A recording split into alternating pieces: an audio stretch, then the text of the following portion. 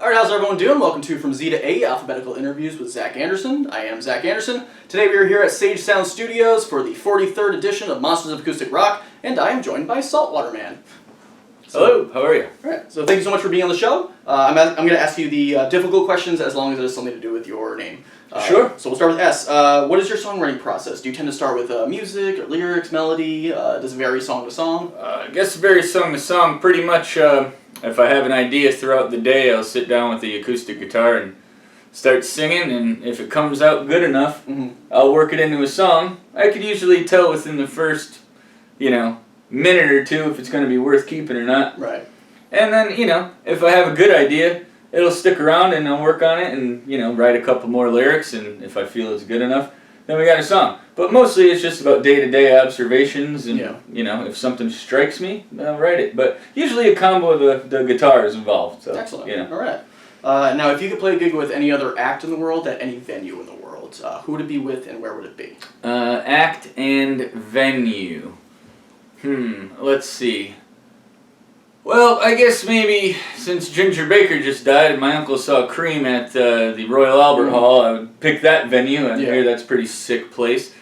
Well, there's lots of bands I'd want to play with. I really can't really narrow it down to one. It is in England, so I don't know. Jimi Hendrix over there, that'd be nice. I mean, that'd be cool. I think that would be pretty sick if it was the 60s. Our band would probably be a lot more successful back then, too. So I think, I'll go with that. Sounds good.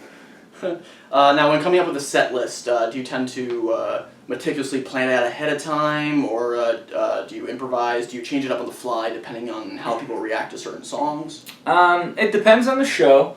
Usually, we're kind of on the fly. So my solo shows, I'll usually, if I know it's going to be a short set, I'll pick like 6 or 7 of the ones that I could remember at that point in time, pretty much. If it's a longer set, I kind of practice it throughout the weeks leading up, or the week leading up to the show, kind of go through my catalog and say, okay, this is what I'm going to do. And I like to keep a wild card song as well in the back pocket, just in case I'm feeling something, or I see something in the crowd that may trigger me to want to play a certain song, lyrically. So that's pretty much it. Yeah. Nice. And what themes or topics do you tend to write about in your songs? My themes and topics are usually influenced by, what I see in everyday life, whether it's friends or dogs, relationships with people, and social observations. Kind of like to make some humorous stuff in my songs. So, I'll always try to be at least a little bit vulgar from time to time. Gotcha. And what would be the wisest? What has been the wisest piece of musical advice that you've received from a fellow musician? Wisest? Well, I probably should have listened to someone that told me way back when to give up. I think that would have probably been the best thing I could have done. This is a curse.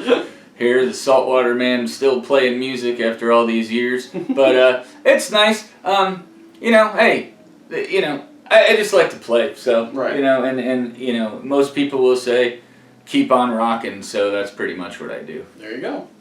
And what has been the most memorable fan interaction you've experienced, whether good, bad, or bizarre? Memorable fan, huh?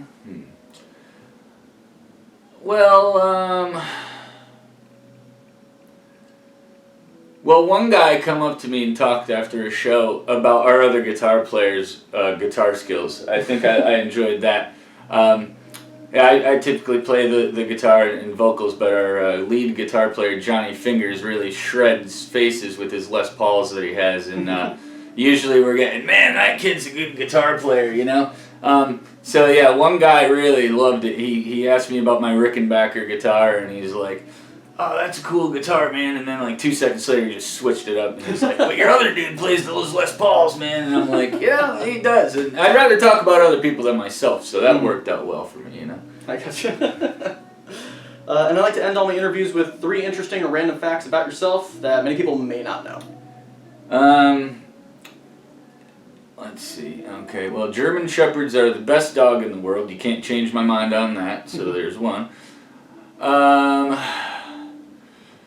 I used to play trombone and really wish I still did, so if I get my hands on one and anyone has a ska band they're looking for anyone to join, I'm definitely your guy. And, let's see, one more thing, huh? Well, this is kind of good, I guess. The Bare Naked Ladies are one of my favorite bands of all time. Mine too. Perfect. Yeah, excellent. That's a good one to end on. Yeah. Well, thank you so much for being on the show. All right. If you want to check out Saltwater Man, please visit the link below. And now we'll cut to a performance from Saltwater Man. So thanks again. We'll see you soon.